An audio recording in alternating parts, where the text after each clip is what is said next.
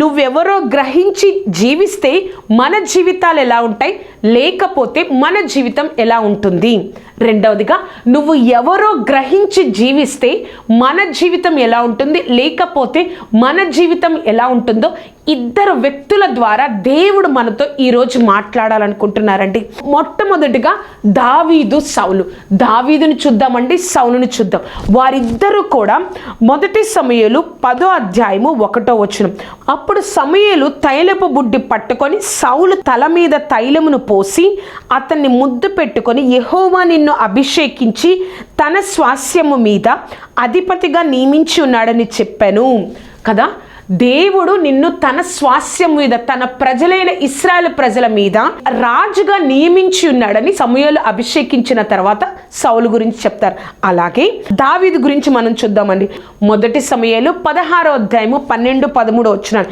అతడు వాణ్ణి పిలువనంపించి లోపలికి తోడుకొని వచ్చెను. అతడు ఎర్రని వాడును, చక్కని నేత్రములు గలవాడును, చూచుటకు సుందరమైన వాడునై ఉండెను.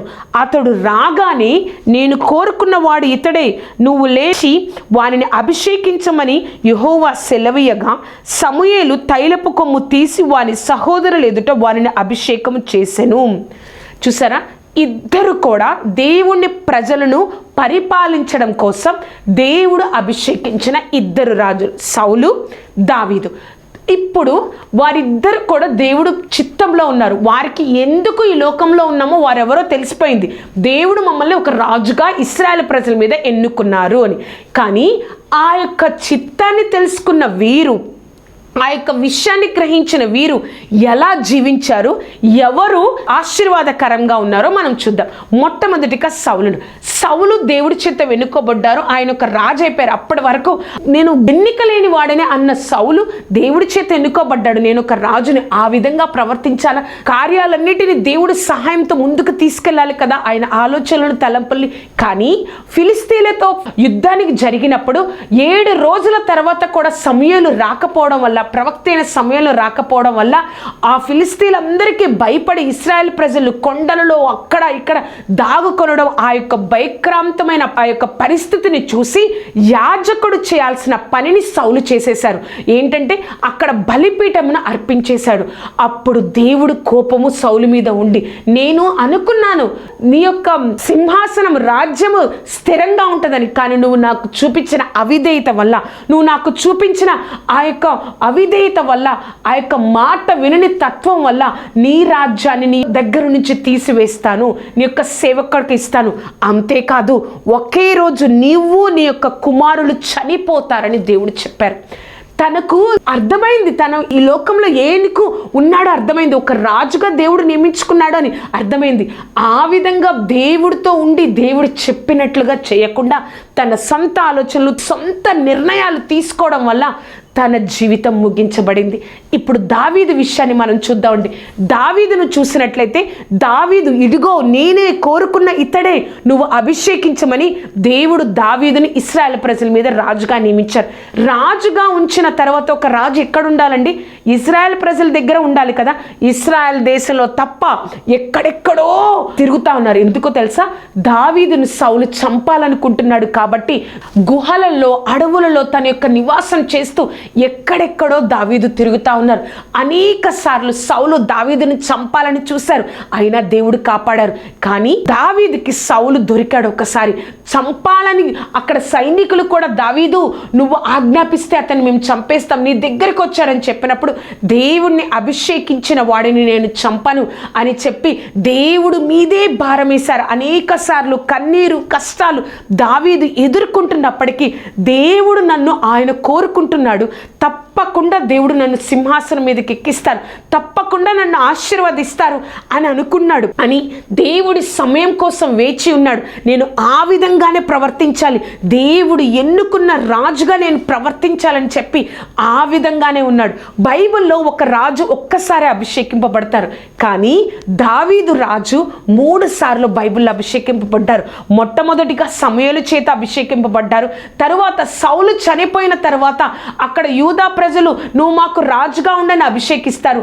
తరువాత ఆ యొక్క ఇశ్రాయేలు ప్రజలందరూ మూడవసారి నువ్వు మా అందరి మీద, గోత్రాలన్నిటి మీద రాజుగా ఉండవని మూడోసారి అభిషేకిస్తారండి. మనం మొదటి సమయాలు గ్రంథం అంతా చదివినప్పుడు దావీదు 3 సార్లు అభిషేకింపబడతాడు రాజుగా.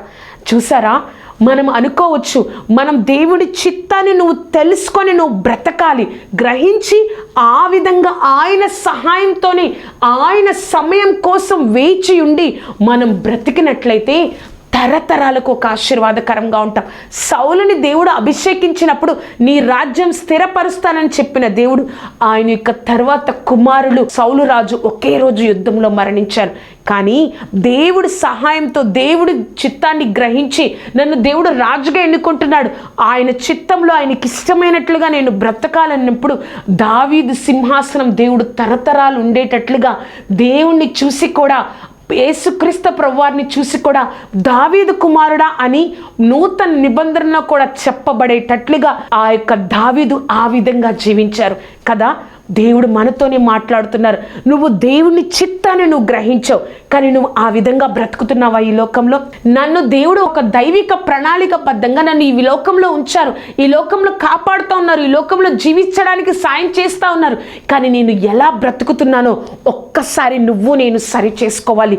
నేను సౌలు జీవితంలాగా జీవిస్తున్నానా, దావీదు జీవితంలాగా ఎన్ని కష్టాలు వచ్చినా, ఎన్ని బాధలు వచ్చినా, ఎంత వ్యతిరేకత వచ్చినా నేను దేవుడి సహాయం కోసం, ఆయన సమయం కోసం నేను వేచి ఉంటున్నానా, లేకపోతే నా ఇష్టం వచ్చిన నిర్ణయంతో నా జీవితాన్ని దేవుడి చిత్తం నుండి దూరం చేసుకుంటున్నానా అని ఒక్కసారి మనల్ని సరి చేసుకోవాలని దేవుడు ఈరోజు మనందరితో మాట్లాడుతున్నారు. అవును కదా, నువ్వెవరో నువ్వు తెలుసుకున్నావు, నువ్వెవరో దేవుడు నీకు అనేక సార్లు స్పష్టంగా చెప్పారు. దీనికోసమే నువ్వు నిలబడాలి, దీనికోసమే నేను సిద్ధపరుస్తున్నాను, దీనికోసమే ఇబ్బంది కొలిమిలో, బాధలలో, కష్టాలలో నిన్ను తీసుకెళ్ళినా నిన్ను ఏ లోటు లేకుండా ధైర్యంగా, సంతోషంగా నిన్ను నిలబెడుతున్నాను అంటే దీనికోసమే అని నువ్వు తెలుసు. కానీ ఆ చిత్తాన్ని ఎరిగి ఆయన సహాయంతో, ఆయన కృపతో, ఆయన యొక్క సమయం కోసం నువ్వు వేచి ఉన్నావా? సౌలులాగా 7 రోజులు వేచి ఉండి, సౌలు నేను వస్తానని సమయాలు చెప్పినా కూడా 7వ రోజు ఎంతసేపటికి రాకపోతే ఆ బలులు అర్పించేసి ఆశీర్వాదాన్ని అంతటినీ పోగొట్టుకుంటున్నావా? దేవుడు మనతోనే మాట్లాడుతున్నారండి. సౌలు జీవితం లాగా ఉందా, దావీదు జీవితం లాగా ఉందా?